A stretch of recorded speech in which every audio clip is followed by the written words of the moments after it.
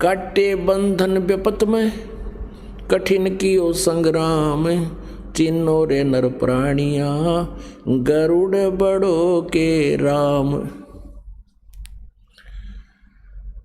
गोवर्धन श्री कृष्ण धार्यो, द्रोणगिरी हनुमंते, शेष नाग सब सृष्टि उठारा, इनमें कौन भगवंते।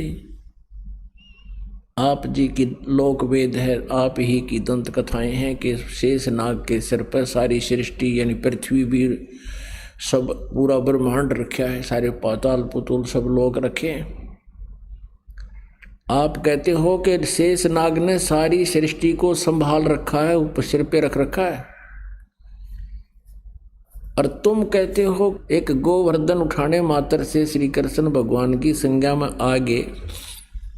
तो हनुमान जी ने कौन सी कसर छोड़ी, द्रोणागिरी पर पहाड़ को उठा लाए थे, और फिर शेष नाग सारी पृथ्वी ने भी ठारा।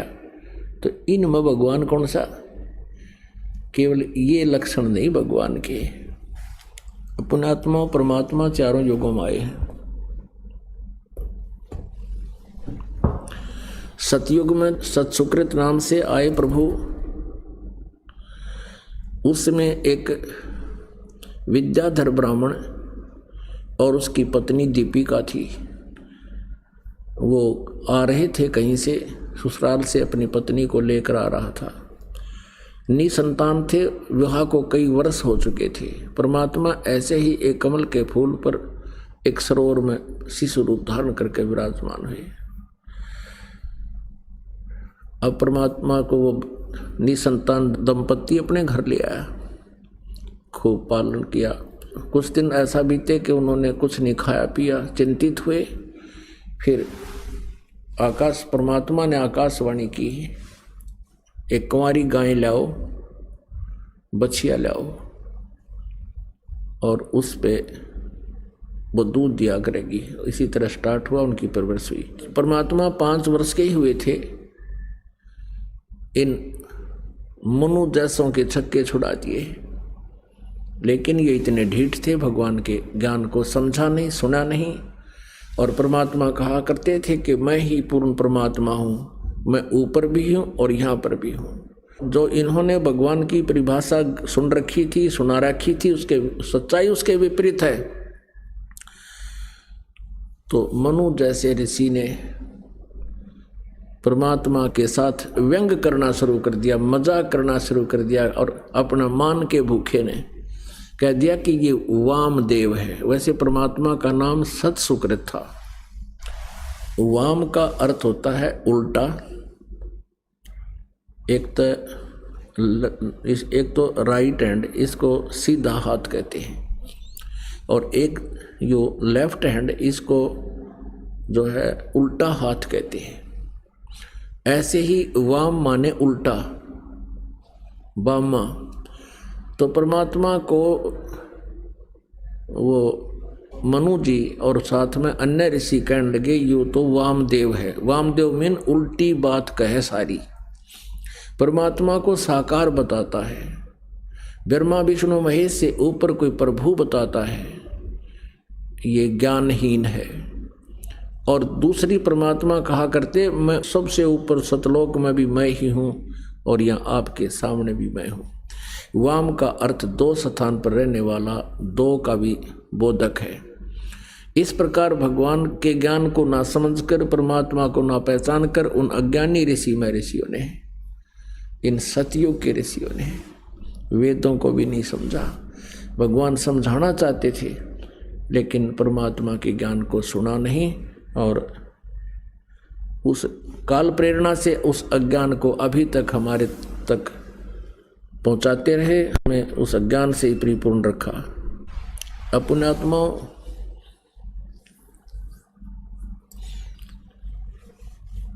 अब थोड़ा सा आपको और प्रकरण दिखाते हैं कि सत्य सुकृत नाम से परमात्मा आए, और वो सतयुग के जो ब्राह्मण ऋषि थे वो बिल्कुल वेद ज्ञानहीन थे, और परमात्मा कहा करते थे भगवान साकार है और मैं खुद मालिक आया हूँ। ये 5-6 वर्ष के बालक फिर बड़े भी हुए, लाखों वर्ष रहे परमात्मा सतयुग में, तो लेकिन नहीं माने। जिस प्रकार अब 120 वर्ष रहे इस कलयुग में, किसी ने मालिक को मालिक नहीं माना, लेकिन अब मानेंगे, क्योंकि जो लीला भगवान किया करता है वो वेदों और पुराणों में लिखी हुई है, गीता जी में विद्यमान है। और जो लीला किया करता है भगवान, वो लीला पहले कर चुके हैं। अब सतयुग के ब्राह्मण वेद ज्ञानहीन थे, उनको कह का भी नहीं पता था वेदों का।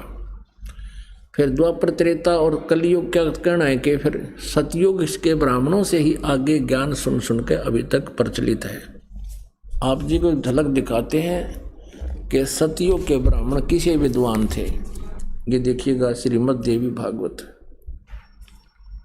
गीता प्रेस के रूप से प्रकाशित है। संपादक है हनुमान प्रसाद पोदार, चिमनलाल गोस्वामी, और ये गीता प्रेस के रूप से प्रकाशित है और मुद्रित है। इसके 414 पे आपको दिखाते हैं। छठा स्कंध, पृष्ठ 414। जन्मेजय ने पूछा, महाभाग किस युग में कैसा धर्म का स्वरूप है?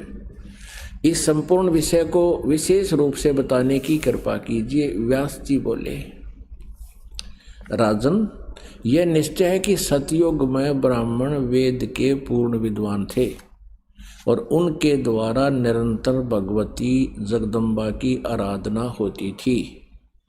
भगवती का दर्शन करने के लिए उनका मन सदा ललायित रहता था। उनका वेद के पूर्ण विद्वान थे और दुर्गा की पूजा करते थे।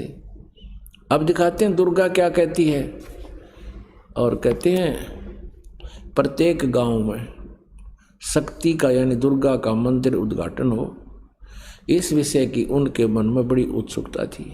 अब इन अज्ञानियों ने ही ये मंदिरा के लटकटवा रखे हैं। सतयुग ते प्रयत्नशील हैं ये डले डुआन के। अब ये तो कह रहा है कि सतयुग के ब्राह्मण वेद के पूर्ण विद्वान थे और दुर्गा की पूजा करा करते।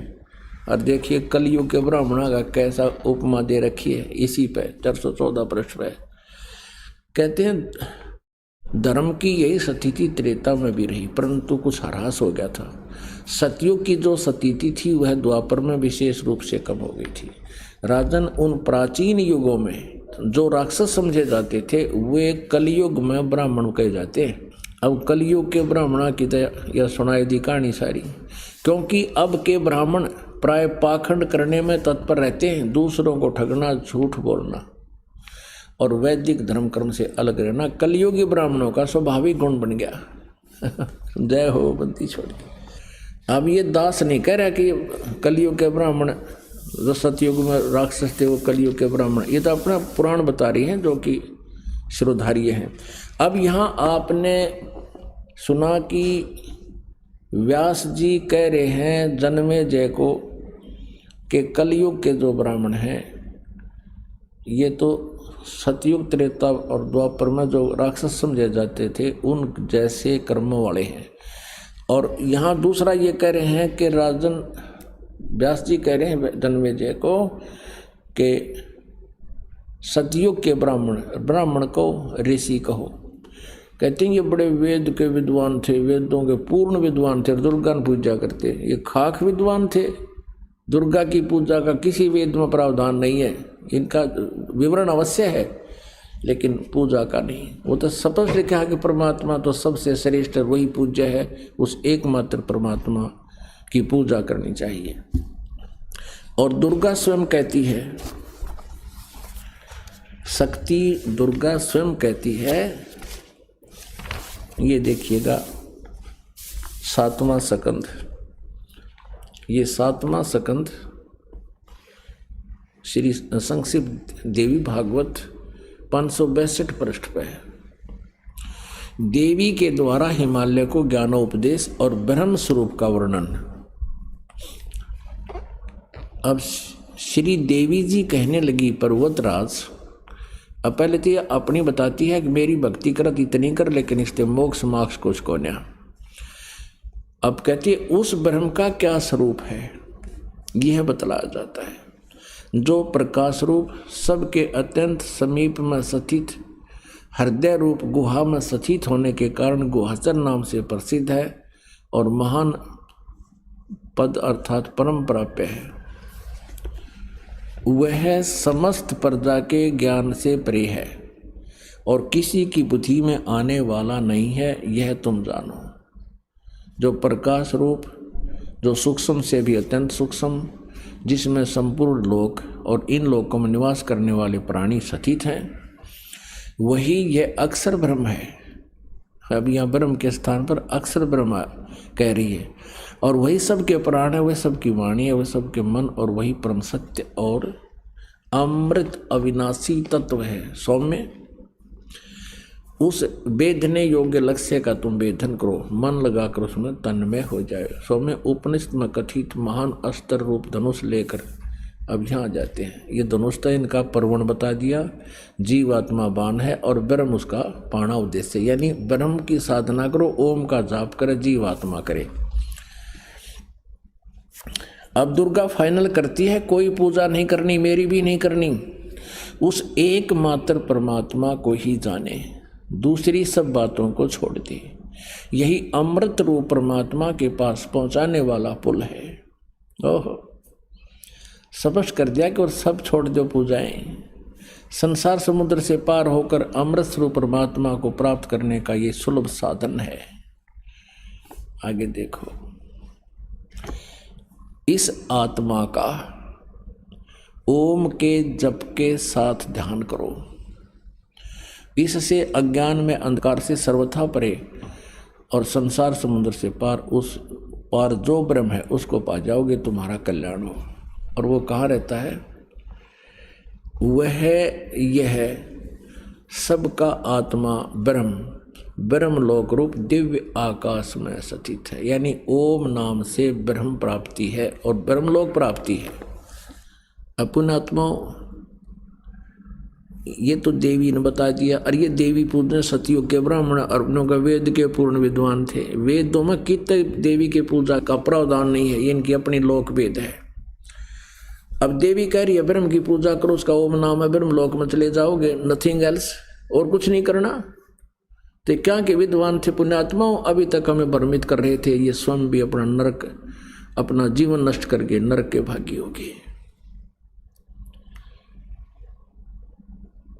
अब ब्रह्म क्या कहता है? गीता जी अध्याय नंबर 8 के श्लोक नंबर 13 में गीता ज्ञानदाता श्री कृष्ण में प्रवेश करके ये ब्रह्म बोल रहा है, काल बोल रहा है। ये कहता है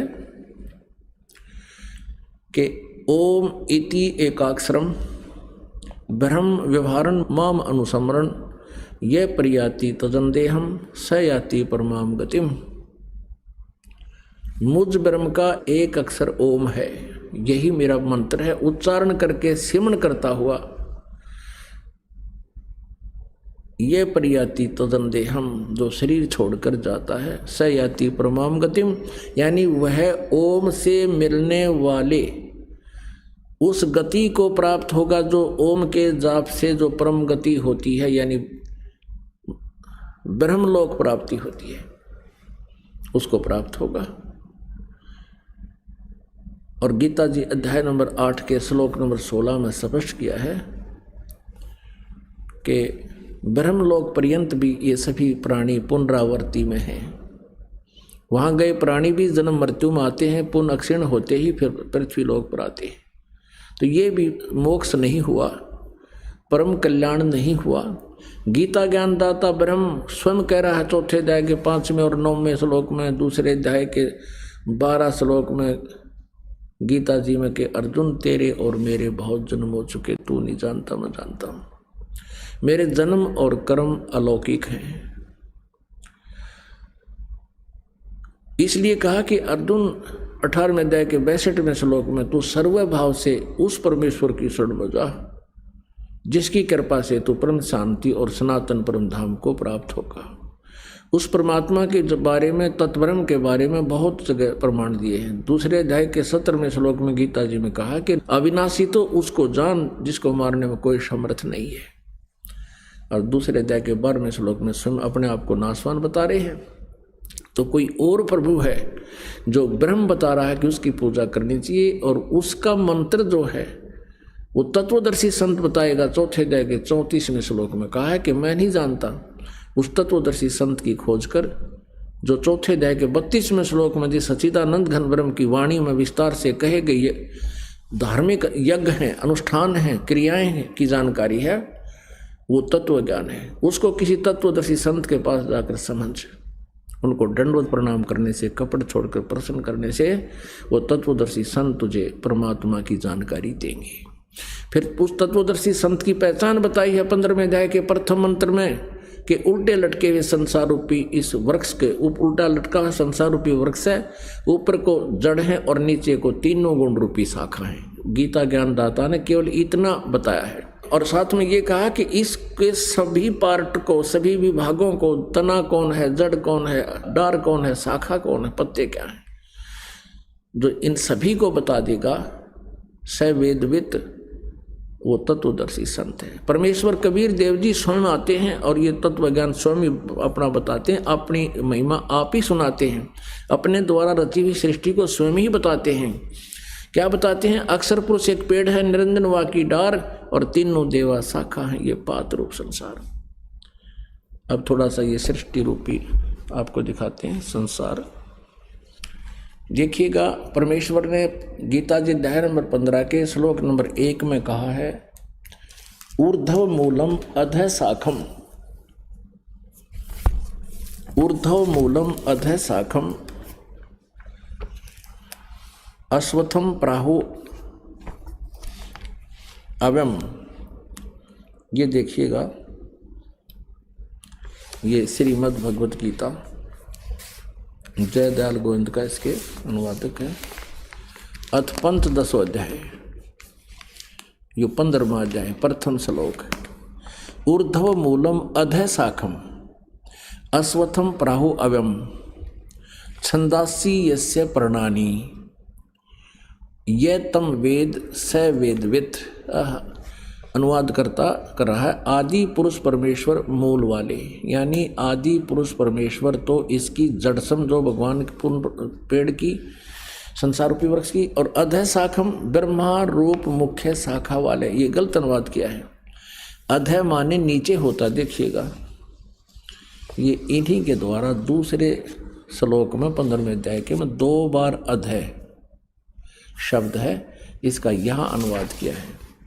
अधः माने नीचे, अधः माने नीचे, ये बिल्कुल सही कहा किया। और यहाँ ये विचलित हो गए, ब्रह्मा नागड़ाएँ रखे, इसने प्रजापति माना है। अब क्या है? ऊर्ध्व मूलम, ऊपर को तो जड़ वाला, नीचे को शाखा वाला, अधः शाखम नीचे को शाखा वाला, और संसार रूपी पीपल के वृक्ष को अविनाशी कहते हैं। वेद जिसके पत्ते कहे गए, ये छंदासी, ये छंदासी का अर्थ वेद कर दिया ना। छंद माने विभाग, टुकड़े। उस संसार रूप वृक्ष को जो पुरुष, जो संत मूल सहित तत्व से जानता है, स वेदवित, वह वेद के तात्पर्य को जानने वाला, अर्थात वो तत्वदर्शी संत है। अब देखियो, भगवान आए थे तत्वदर्शी संत बन के। पुण्यात्माओं, गीता जी अध्याय नंबर 15 के श्लोक नंबर 1 में स्पष्ट कर दिया कि ऊर्ध्व मूलम अधः शाखम प्राहु अश्वत्थम अव्यम, और छंदासी यस्य पर्णानि ये तम वेद स वेदवित। अब क्या बताया है कि उस संसार रूपी वृक्ष के ऊपर न तो जड़ तो मूल मालिक है, कुल परमात्मा समझो, जिससे सारे ब्रह्मांडों को आहार मिलता है, वो सबका धारण पोषण करता है, वो परमात्मा तो समझो संसार रूपी वृक्ष की जड़ है। और नीचे को तीनों गुण, रजगुण ब्रह्मा, सतगुण विष्णु, तमगुण शिव जी रूपी शाखाएं हैं। और जो संत इनके सभी पार्ट्स को, सभी विभागों को बता देगा, तना कौन है, मूल कौन है, टार कौन है, और पत्ते कौन, शाखा कौन, सवेदवित, वो तत्वदर्शी संत है। परमेश्वर ने 600 वर्ष पहले बताया था। देखिएगा, ये अब संसार रूपी वृक्ष का चित्र। ऊर्ध्व मूलम अधः शाखम ऊपर को जड़ वाला, जड़ तो समझो पूर्ण परमात्मा परम अक्षर ब्रह्म है, और नीचे को शाखा वाला। परमात्मा ने कहा अक्षर पुरुष एक पेड़ है, ये समझो इतना। पृथ्वी से बाहर जो दिखाई देता है उसको पेड़ कहते हैं। ये अक्षर पुरुष तना है, ये तो अक्षर पुरुष है। जैसे गीता जी अध्याय नंबर 15 के श्लोक नंबर 16 और 17 में 3 पुरुष बताए हैं, एक अक्षर पुरुष, एक ये सर पुरुष यानी ज्योति निरंजन डार, और एक परम अक्षर ब्रह्म है उत्तम पुरुषत्व अन्य, ये जड़ है, ये परम अक्षर ब्रह्म है, ये मूल मालिक है पूर्ण परमात्मा आदि पुरुष परमेश्वर। तो इस संसार रूपी वृक्ष की जड़ समझो। तो क्या बताया परमात्मा ने कि अक्षर पुरुष एक पेड़ है और ज्योत निरंजन वा की डार, इसको सर पुरुष भी कहते हैं, ब्रह्म भी कहते हैं, इसको काल भी कहते हैं। इसको डार समझो, सरपुरुष सरब्रह्म अर्थात सरपुरुष, इसको काल ब्रह्म भी कहते हैं, इसको सरपुरुष भी कहते हैं। ये अक्षर पुरुष कहलाता है। और तीनों देवा शाखा है, बाई पात रूप संसार। परमेश्वर ने 15वें अध्याय को गीता जी को इस एक ही अपनी अमृतवाणी के एक ही लोकोक्ति में एक ही दोहे में स्पष्ट कर दिया है। कबीर अक्षर पुरुष एक पेड़ है, निरंजन वा की डारे, तीनों देवा शाखा है, पाते रूप संसार। अब ये इतना बताया कि अक्षर पुरुष एक पेड़ है, निरंजन ये काल समझो, ये एक इसकी एक डार है, और इसके 3 पुत्र, ये 3 शाखाएं हैं, रजगुण ब्रह्मा सतगुण विष्णु तमगुण शिव जी, और आप जी यहाँ पर हैं, हम यहाँ पर हैं आगे। अब ध्यान करना, हम यहाँ पर हैं आगे। अपने आत्माओं श्रीमद् भगवत गीता अध्याय नंबर 15 में ये स्पष्ट कर दिया कि ऊपर को जड़ वाला, नीचे को तीनों गुण रूपी शाखा वाला, ये उल्टा लटका हुआ एक संसार रूपी वृक्ष है। जड़ तो समझो परम अक्षर ब्रह्म है, ये पूर्ण परमात्मा है, और नीचे की तीनों गुण रूपी शाखा बता दी काल ने, और कुछ नहीं बताया। ऊपर न जड़ है ऊर्ध्वमूलम, और नीचे को तीनों गुण रूपी शाखा है। ये देखिएगा, यही श्रीमद् भगवत गीता, फिर देखिएगा। ये आप पढ़ रहे हैं, अभी आपने 15वें अध्याय का प्रथम मंत्र पढ़ लिया। जो संत इस संसार रूपी वृक्ष को मूल सहित जड़ते लेकर पत्याति सही बता देगा, स वेदविद, वह वेद के तात्पर्य को जानने वाला। आगे देखना 2 में क्या कहा है कि उस संसार वृक्ष की तीनों गुण रूप है, जल से बड़ी हुई नहीं, तीनों गुण रूप है। विषय पर वाला, ये भी देख लियो साथ में, विषय पर वाला शाखा, ये विषय विकारों वाली तीनों गुण रूपी शाखाएं हैं। इसका सीधा अर्थ बनता है, न तो और कुछ लिख रखा है।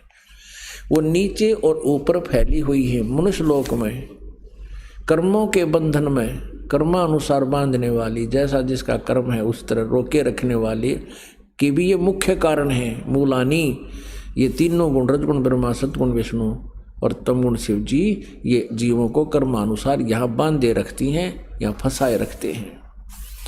ऊपर और नीचे व्यापत हो रही हैं तीनों, यानी ब्रह्मा विष्णु महेश जी की जो स्थिति है, इनका जो प्रभुता है इस पृथ्वी लोक पर, नीचे पाताल लोक पर और ऊपर स्वर्ग लोक पर, इनमें एक एक विभाग के मंत्री हैं। ये रजगुण विभाग के ब्रह्मा जी, सतगुण विभाग के विष्णु जी, तमगुण विभाग के शिव जी। अब हमने ये देखना है कि रजगुण ब्रह्मा है, सतगुण विष्णु, तमगुण शिव जी, तब हम इस पवित्र सदग्रंथ गीता जी को समझ पाएंगे। इसके लिए हम अब सहयोग लेंगे पवित्र श्रीमद् देवी भागवत दुर्गा पुराण का, संस्कृत सहित, ये हिंदी टीका सहित। ये कहाँ से छपी है?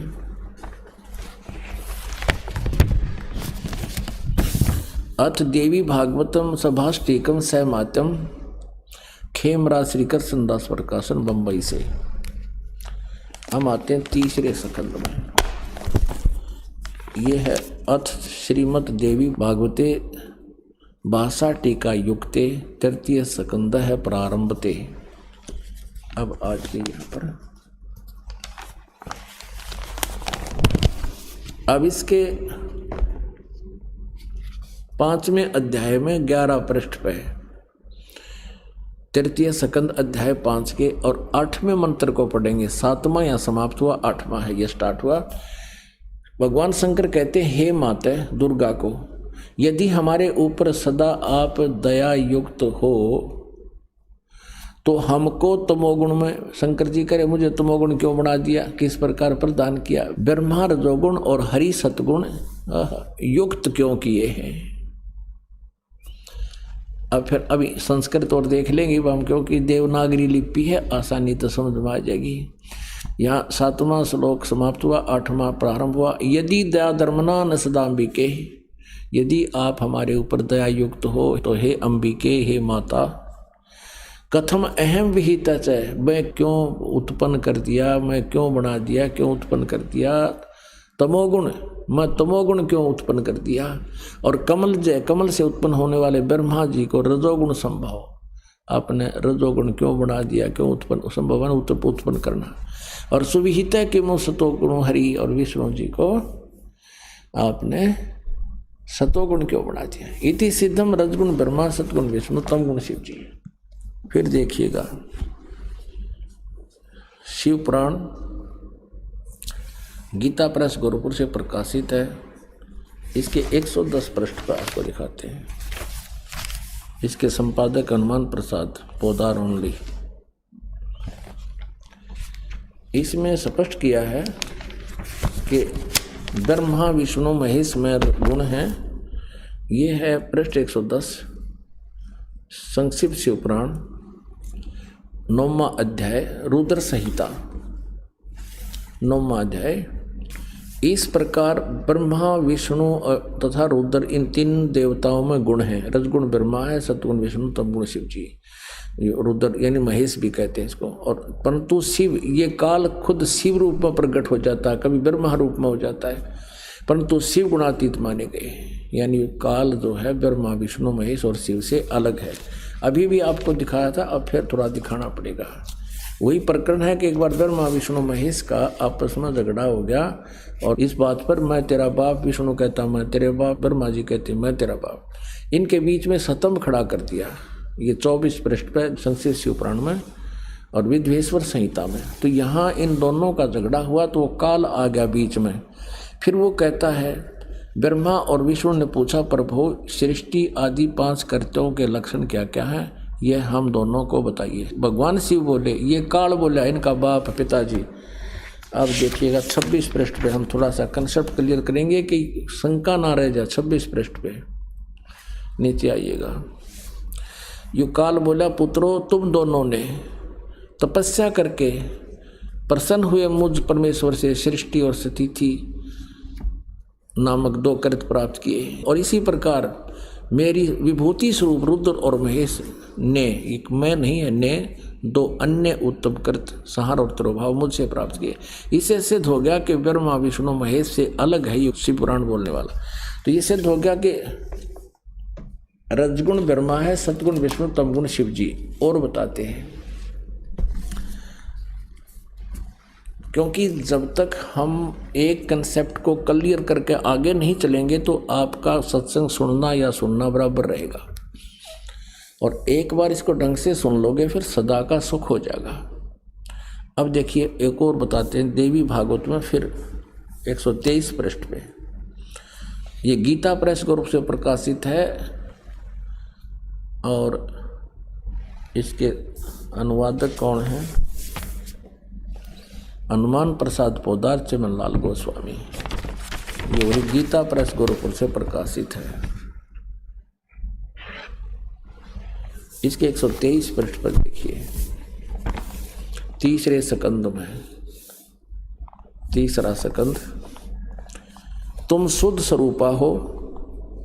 भगवान विष्णु कह रहे तुम शुद्ध स्वरूपा हो, ये सारा संसार तुम्हें से उद्भासित हो रहा है। मैं ब्रह्मा और शंकर हम सभी तुम्हारी कृपा से विद्यमान हैं। हमारा आविर्भाव मन जन्म और तिरोभाव बिन मृत्यु हुआ करता है। केवल तुम ही नित्य हो, जगत जननी हो, प्रकृति और सनातनी देवी हो। स्पष्ट है, विष्णु जी स्वयं कह रहे हैं हमारा तो जन्म और मृत्यु होता है, हम अविनाशी नहीं हैं। और तू हमारी माता है। शंकर भगवान बोले देवी, यदि महाभाग विष्णु तुम्ही से प्रकट हुए हैं तो उनके बाद उत्पन्न होने वाले ब्रह्मा भी तुम्हारे ही बालक हुए। हाय हाय, फिर मैं तमोगुणी लीला करने वाला शंकर क्या तुम्हारी संतान नहीं हुआ? अर्थात मुझे भी उत्पन्न करने वाली तुम ही हो शिवे। संपूर्ण संसार की सृष्टि करने में तुम बड़ी चतुर हो। इस संसार की सृष्टि, स्थिति और संहार में तुम्हारे गुण सदा समर्थ हैं। उन्हीं तीनों गुणों से उत्पन्न रजगुण ब्रह्मा, सतगुण विष्णु, तम गुण शंकर नियमानुसार कार्य में तत्पर रहते हैं। इन तीनों गुणों से उत्पन्न अपनात्माओं, इस पवित्र पुराण के इन चंद पंक्तियों ने, इस पवित्र देवी पुराण की चंद पंक्तियों ने ये 4 कंसेप्ट क्लियर कर दिए। एक तो ब्रह्मा विष्णु महेश नासवान है, ये अजर व अमर नहीं है। दूसरा ये कर दिया कि दुर्गा इनकी माता है। तीसरा ये कर दिया कि ये रजगुण ब्रह्मा, सतगुण विष्णु, तम गुण शिव जी। और चौथा ये कर दिया कि केवल जैसा जिसका कर्म है उतना ही दे सकते, ये कोई परिवर्तन नहीं कर सकते। अब हमने इसको समझने के लिए गीता जी को सबसे पहले ये कंसेप्ट क्लियर होना चाहिए कि रजगुण ब्रह्मा है, सतगुण विष्णु, तम गुण शिव जी। तब ये, क्योंकि गीता जी 4 वेदों के संक्षिप्त वर्णन है इसमें और कोड वर्डों में है। इसको तत्वदर्शी संत बताओगा, ये गीता ज्ञानदाता स्वयं कह चुका है। अब देखिएगा मार्कंडेय पुराण में, मार्कंडेय पुराण सचित्र मोटा टाइप, गीता प्रेस गोरखपुर से प्रकाशित है। इसके 123 पृष्ठ पर देखिएगा। इस प्रकार स्वयंभू परमात्मा की 3 अवस्थाएं हैं। रजगुण प्रधान ब्रह्मा, तमोगुण प्रधान रुद्र, सत्व प्रधान विश्वपालक विष्णु है। और यही 3 देवता हैं और यही 3 गुण हैं। रजगुण ब्रह्मा, सतगुण विष्णु, तमगुण शिव जी। ये तीनों गुण भी कहलाते हैं इति सिद्धम। पुण्यात्माओं, अब हम श्रीमद् देवी भागवत को बहुत आसानी से समझेंगे। देखिएगा, ये श्रीमद् देवी भागवत जयदयाल गोविंद का इसके अनुवादक हैं, गीता प्रेस गोरखपुर से प्रकाशित है। ये 15वें अध्याय का, हम 15वें अध्याय का प्रथम मंत्र हमने पढ़ लिया।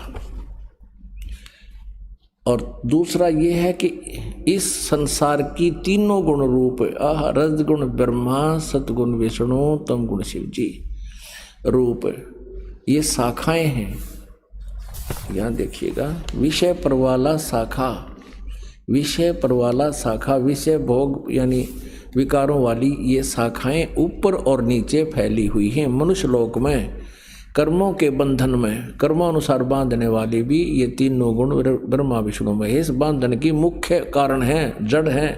जो कारण बीमारी की जड़ ये है, और नीचे और ऊपर फैली हुई है। सभी लोकों में नहीं, केवल 3 लोकों में, ऊपर और नीचे। तीसरे में कहा है, इस संसार वृक्ष का स्वरूप जैसा कहा है वैसा यहाँ विचार काल में नहीं पाया जाता। विचार काल माने गीता ज्ञानदाता कहता है, इस संसार रूपी वृक्ष के बारे में मुझे जो जानकारी है वह पूर्ण नहीं है। तेरे मेरे इस विचार काल में गीता जी के डिस्कशन में मैं कंप्लीट नहीं बता पा रहा। इस संसार रूपी वृक्ष का स्वरूप अर्थात ब्रह्मांड की सृष्टि रचना के बारे में जैसा कहा है वैसा यहाँ विचार काल में यानी गीता जी के ज्ञान में नहीं पाया जाता, क्योंकि न तो इसका आदि है, मुझे इसका आदि और अंत का पता नहीं है, और न इसकी अच्छी तरह प्रकाश स्थिति है, क्योंकि मैं नहीं जानता। इसलिए इस सुविरुद्ध मूलम अहमता ममता वासना नहीं, अति दृढ़ मूल वाले यानी अविनाशी परमात्मा रूपी तो जड़ है, वो तो अविनाशी है, कभी नाश में आता नहीं। वो दृढ़ मूल माने अविनाशी परमात्मा रूपी मूल वाले संसार रूपी पीपल के वृक्ष को दृढ़ेन माने दृढ़, असंख्य शस्त्रेण इन वैराग रूप शस्त्र द्वारा काट कर नहीं, तत्व ज्ञान रूपी शस्त्र द्वारा काट कर यानी तत्व ज्ञान से अच्छी तरह समझकर उसके पश्चात ये चौथा श्लोक में स्पष्ट कर दिया। उसके पश्चात उस परम पद रूप परमेश्वर को भली भांति खोजना चाहिए। जिसमें गए हुए पुरुष यानी साधक फिर लौटकर संसार में कभी नहीं आते, और जिस परमेश्वर से इस पुरातन संसार वृक्ष की प्रवृत्ति विस्तार को प्राप्त हुई है, जिसने सारे ब्रह्मांडों की रचना की है जिस भगवान ने, और उसी आदि पुरुष नारायण के मैं शरण हूँ, इस प्रकार दृढ़ निश्चय करके उसी परमेश्वर का मनन और निधि ध्यान करना चाहिए। यानी पद माने पूजा कर, गीता ज्ञानदाता कहता उसी की पूजा करनी चाहिए, जहां जाने के बाद फिर लौटकर संसार में कभी नहीं आते। पुण्यात्माओं, प्रसंग चला था कि सतयुग के ब्राह्मणों ने कह का भी नहीं बेरा, और ये कलयुग के तो बताए रखे हैं, आपने पढ़ लिया बार बार, कहता भी शोभा ना देता। और सतयुग के ब्राह्मणों की ये स्थिति है कि वो दुर्गा की पूजा करते थे, वेद के पूर्ण विद्वान माने जाते थे। ओए होए, दुर्गा कहती है नहीं, मेरी पूजा भी छोड़ दो, ब्रह्म की साधना करो, उसका ओम नाम है, ब्रह्मलोक में रहता है, वहाँ चले जाओगे। और ब्रह्म कहता है कि नहीं, मैं भी नासवान हूँ, मेरे भी जन्म मृत्यु होते हैं और तेरे भी जन्म मृत्यु होते हैं। 15वें अध्याय का 1 से लेकर 4 में स्पष्ट कर दिया कि तू तत्वदर्शी संत से ये ज्ञान प्राप्त करके और फिर उसके पश्चात परमेश्वर के उस परम पद की खोज करनी चाहिए, जहाँ जाने के बाद फिर कभी जन्म मृत्यु नहीं होती। अब देखो गीता जी अध्याय नंबर 4 का श्लोक नंबर 5 और 9 दिखाते हैं आपको। अध्याय नंबर 4 और ये श्लोक नंबर 5 यहाँ पर है। इसका अनुवाद यहाँ किया है। हे प्रणतम अर्जुन, मेरे और तेरे बहुत जन्म हो चुके हैं। हे प्रणतम अर्जुन, मेरे और तेरे बहुत से जन्म हो चुके हैं, उन सबको तू नहीं जानता, मैं जानता हूँ। अब 9 में, ये चौथे जाएगा 9वां। हे अर्जुन, मेरे जन्म और कर्म दिव्य अर्थात अलौकिक हैं। अध्याय नंबर 2 का श्रीमद् भगवद गीता और 12 श्लोक है। न तो ऐसा ही है कि मैं किसी काल में नहीं था, अथवा तू नहीं था, अथवा ये राजा लोग नहीं थे, और न ऐसा ही है कि इससे आगे हम सब नहीं रहेंगे। स्पष्ट हो गया। ये गीता ज्ञानदाता कहता है कि हम पहले भी थे, ना सोचा पहले ना थे, आगे ना होंगे, आगे भी होंगे, जन्म मृत्यु तुम्हारे होते रहेंगे। अब 17वें श्लोक में, दूसरे अध्याय का 17वां श्लोक देखिएगा। इसमें कहा कि नाश रहित तो उसको जान, जिससे ये संपूर्ण जगत दृश्य वर्ग व्याप्त है, इस अविनाशी का विनाश करने में कोई भी समर्थ नहीं है। और 18वें अध्याय के 62वें श्लोक में इसीलिए कहा कि अर्जुन तो सर्वभाव से उस परमेश्वर की शरण में जा। 18वां का है 62वें श्लोक में, हे अर्जुन, सब प्रकार से उस परमेश्वर की शरण में जा। सब प्रकार माने सबकी पूजाएं त्याग कर उसी शरण में जा। उस परमात्मा की कृपा से ही तू परम शांति को तथा सनातन परम धाम को प्राप्त होगा, फिर तेरी जन्म मृत्यु नहीं होगी। पुण्यात्माओं, कुछ भक्त जन ये समझते हैं कि संत रामपाल जो है ब्रह्मा विष्णु महेश की जो है ना आलोचना करता है। नहीं, और ये भी कहते हैं कि ब्रह्मा विष्णु महेश जी की पूजाएं छुड़वाता है। पुण्यात्माओं, ना तो कुछ छोड़ना है, हमने अपनी साधना को शास्त्र अनुकूल करना है, जो हमारे सदग्रंथों में लिखा है, जिससे हमें लाभ होगा। जैसे संसार रूपी एक वृक्ष है, अभी आपने देखा, और पुण्यात्माओं, आप जी ने कोई आम का पेड़ बोना है, आप जी ने कोई भक्ति कर्म करना है, आम का पौधा बीजना है, तो कैसे बीजोगे? उसको जड़ की तरफ से गमले में तो पौधा बनाओगे और फिर मिट्टी में भी गड्ढा खोद कर जड़ की तरफ से लगाओगे, और फिर जड़ की सिंचाई करोगे, मूल की, जड़ों की, तो जड़ की यानी मूल की सिंचाई करने से संसार रूपी पौधा बड़ा होगा और फिर टहनियाँ के फल होंगे लगेंगे। परमात्मा कहते हैं अक्षर पुरुष एक पेड़ है, निरंजन वा की डार, और तीनों देवा शाखा हैं, ये पात रूप संसार। अब देखिएगा सीधा बीजा हुआ लगाया हुआ भक्ति रूपी पौधा, ये है एक पौधे को बीजने का प्रॉपर वे, सुचारू विधि ये है। नीचे को जड़ है, जड़ को मिट्टी में या गमले में पौधा बनाया है, फिर इसको गड्ढा खोद कर मिट्टी में डाला जाए और फिर जड़ की पूजा करे। फिर इससे क्या होगा कि ये सब टहनियाँ बढ़ जाएंगी, ये देवता। और हम क्या कर रहे हैं, हम उल्टा कर रहे हैं। हमने ब्रह्मा विष्णु महेश यानी टहनियों की तब पूजा शुरू कर दी और जड़ की पूजा छोड़ दी। हमने साधना शास्त्र विरुद्ध शुरू कर रखी है। और परमात्मा यही कहा करते, ये दास भी यही कहता है, परमेश्वर कहा करते थे कि इसको ऐसे कर लो, एक कै साध्य सब सदे है, सब साध्य सब जावे। सब साधन थे सारा नष्ट हो गए थे, पौधा उगना ही नहीं, लगना ही नहीं। एक कै साध्य सब सदे, एक की साधना करने से सारा पौधा प्रफुल्लित हो जाएगा।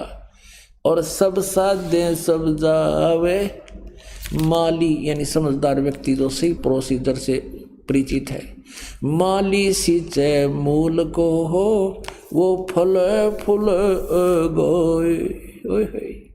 कितने सिंपल वे में बताया परमात्मा ने कि एक के साध्य सब सद है, यानी पूरा काम हो जाएगा एक मूल भगवान की पूजा करने से।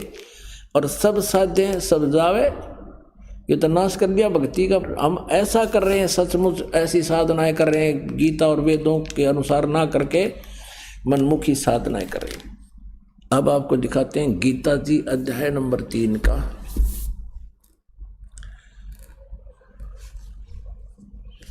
ये श्रीमद् भगवत गीता देखिएगा, श्रीमद् भगवत गीता जयदयाल गोविंद का इसके अनुवादक है। और यहाँ देखना मंत्र नंबर 10 से हम लेंगे अध्याय नंबर 3 का।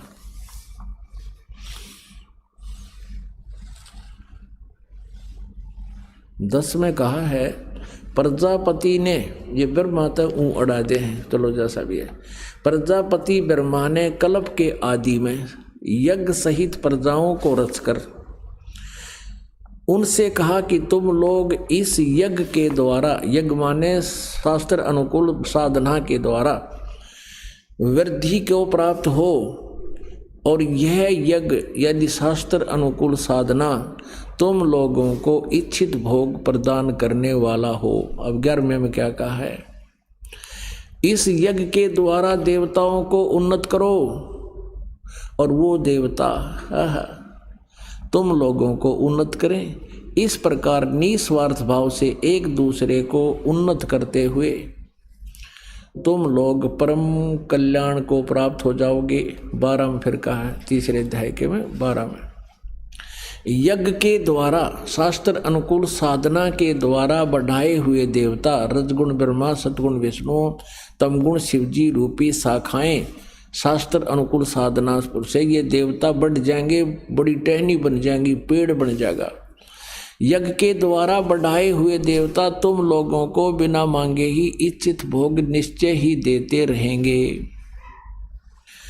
उन देवताओं के द्वारा दिए हुए भोगों को जो पुरुष इनके बिना दिए यानी बिना दान किए और स्वयं भोगता है वह चोर ही है। अब 13वें में क्या कहा है,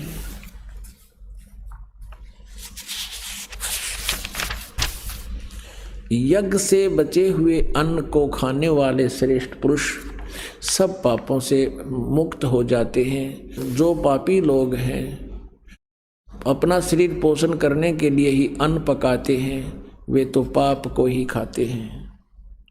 अब 14 और 15 में, ये लिखा है संपूर्ण प्राणी अन्न से उत्पन्न होते हैं। अन्न की उत्पत्ति वृष्टि से यानी वर्षा से होती है, वृष्टि यज्ञ से होती है, और यज्ञ विहित कर्मों से उत्पन्न होने वाले हैं।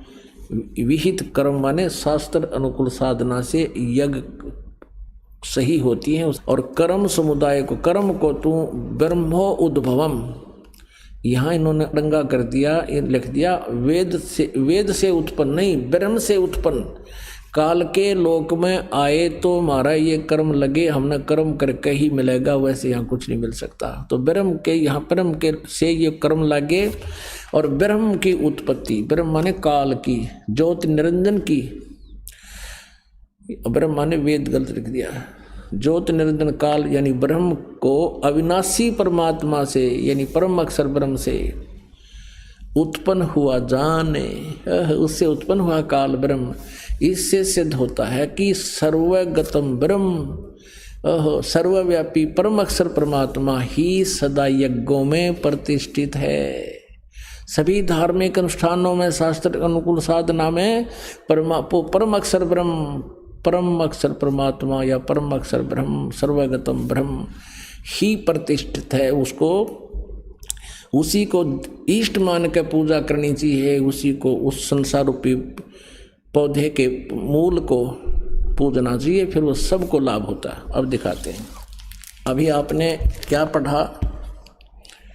गीता जी अध्याय नंबर 3 के और श्लोक नंबर 10 में कहा है कि प्रारंभ में कल्प के आदि में प्रजापति ब्रह्मा ने कहा था कि तुम लोग धार्मिक शास्त्र अनुकूल साधना करो और उससे तुम्हें ये इच्छित भोग देगा। और फिर 11 में कहा कि इस ज्ञान के द्वारा देवताओं को उन्नत करो और वे देवता तुम लोगों को उन्नत करें, एक दूसरे को उन्नत करके ऐसे तुम परम कल्याण को प्राप्त हो। अब 12 में लिखा है कि यज्ञ के द्वारा बढ़ाए हुए देवता तुम लोगों को बिना मांगे इच्छित भोग देते रहेंगे। और फिर उनसे मिला हुआ जो कुछ है और तुम उसमें से दान नहीं करते तो फिर तुम चोर हो। पुण्यात्माओं, क्या स्पष्ट हो गया कि इन यज्ञ से बढ़े हुए देवता रजगुण ब्रह्मा, सतगुण विष्णु, तमगुण शिव जी, अक्षर पुरुष एक पेड़ है, निरंजन वाकी डारे, तीनों देवा शाखा हैं, ये पाते रूप संसार। अब शास्त्र अनुकूल साधना से भक्ति रूपी पौधे को हम सुचारू ढंग से बीज कर यानी जड़ की पूजा शुरू करेंगे, पूर्ण परमात्मा को इष्ट मानकर उसकी पूजा शुरू करेंगे और उधर से पूरी टहनियों और तने की भी हिफाजत रखेंगे, तो फिर ये एक दिन पेड़ बन जाएगा, आम का पौधा। और जब ये टहनियाँ यानी ये देवता बढ़ जाएंगे, इन देवताओं को बढ़ाओ। जब ये बड़ी हो जाएंगे देवता यानी टहनियाँ संसार रूपी वृक्ष के, यानी फिर क्या होगा, यानी आपकी भक्ति बढ़ जाएगी, आपके पुण्य कर्म बढ़ेंगे। पूर्ण परमात्मा की भक्ति शास्त्र अनुकूल करने से शुभ कर्म बढ़ेंगे और उन सब शुभ कर्मों का भुगतान आपको यहाँ ब्रह्मा विष्णु महेश ही देंगे। थरो प्रॉपर चैनल आवेगा, वैसे नहीं मिलता।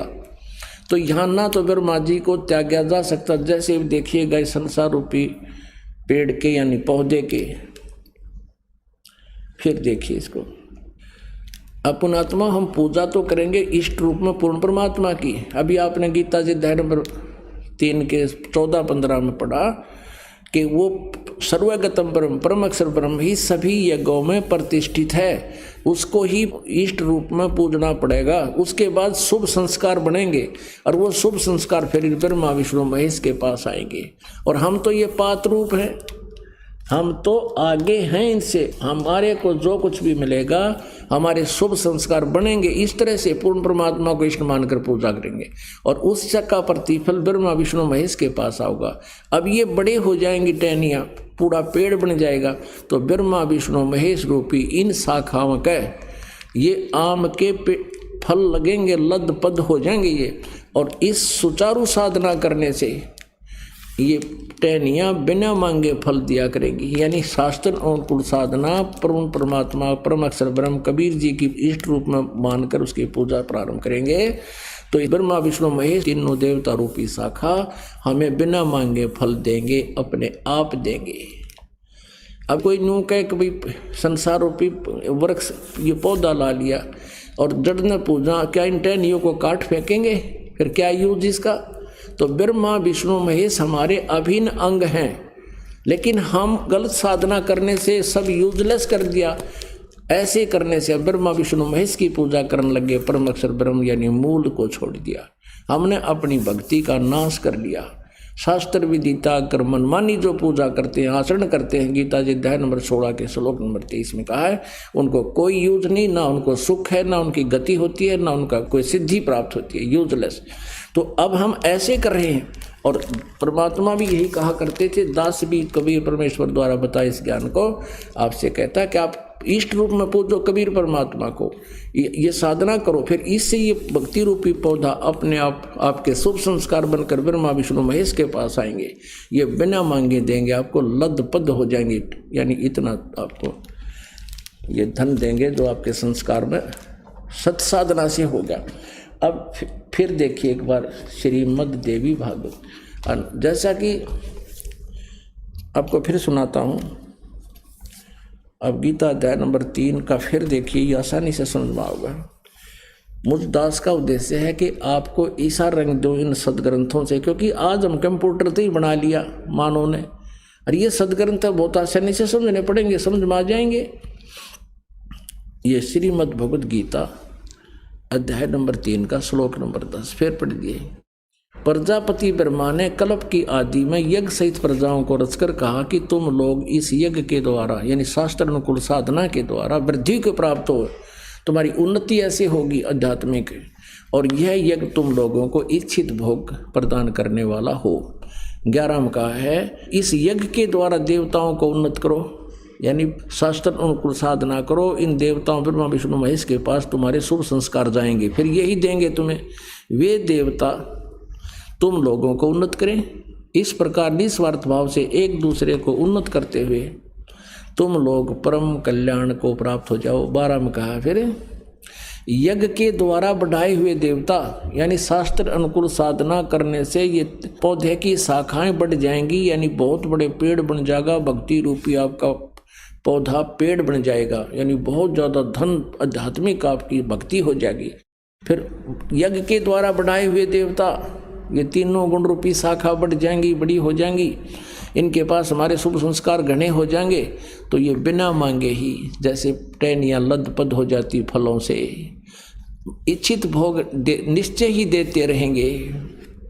और उनके द्वारा जैसे आप जी को भगवान ने कुछ दे रखा है धन, तो फिर आप दान नहीं करते, उसके बारे में कहा है कि उन देवताओं के द्वारा दिए हुए भोगों को जो पुरुष उनको बिना दिए यानी फिर से सत साधना नहीं करता है, दान नहीं करता है, वह तो चोर है।